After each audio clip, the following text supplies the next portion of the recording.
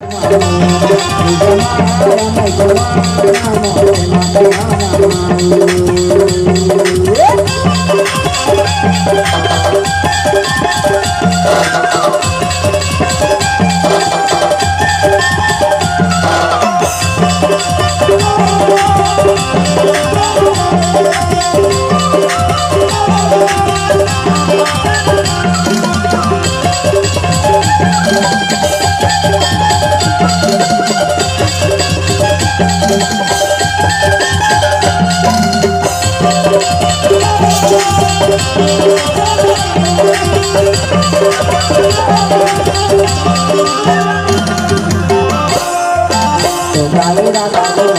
cho kênh Ghiền Mì Gõ